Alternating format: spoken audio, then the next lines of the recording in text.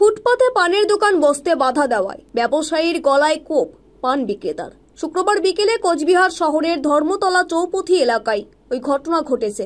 গুরুতর জখম অবস্থায় সুশান্ত দে নামে ওই ব্যবসায়ী কোচবিহার এমজেড মেডিকেল কলেজ ও হাসপাতালে চিকিৎসাধীন রয়েছেন।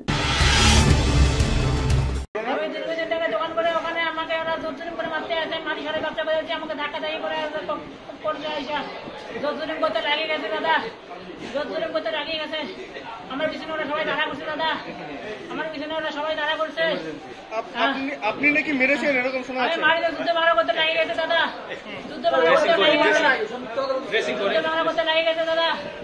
আপনার কিসের দোকান? আপনার কি নাম? আপনার নাম কি? তপন রায়। আমি দীর্ঘদিন থেকে দোকান করি। কে মারলো? পানালা কিনেছি, কাছে নিচে পানের দোকান দেয়। শুধু আমার হাজবেন্ডকে জিজ্ঞাসা করতে তুই কিনা আবার পানের দোকান দিচ্ছিস, ফুটপাতে তো এখন পানের দোকান বন্ধ আছে। শুধু এইটুকু জিজ্ঞাসা করতে ব্যাগের থেকে ওর চুরিটা নিয়ে আমার স্বামীর গলার মধ্যে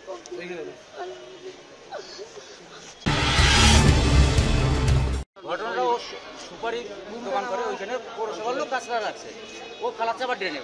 দাদা বলছে সুপারি ফালাচ্ছে না, ড্রেনে তুলছে, পৌরসভার লোক তো নিয়ে যাবে। দুদিন পরে করেছি দোকান, দুদিন পরে করলেই তো হয়ে যায় ঝামেলা। আমি দোকান করবো, ড্রেনে ওগুলো ফালাবো, তারপরে ছিল তারপর ওপর থেকে কিছু করতে পারবি না, আমার জিনিস আমি করবো, দাদা কয়টা করিস না।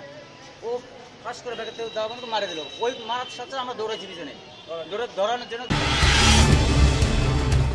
আরে এই যে ড্রেনের নোংরাও পরিষ্কার হচ্ছে না সঙ্গে সঙ্গে, তো সেই ক্ষেত্রে ওর দোকানে বাপি যে আছে সিমেন্টের দোকান ধর্মতলা, ওনার দোকানের সামনেও মনে করেন পরিষ্কার হচ্ছে, তো স্ল্যাবগুলো তুলেই পরিষ্কার হচ্ছে।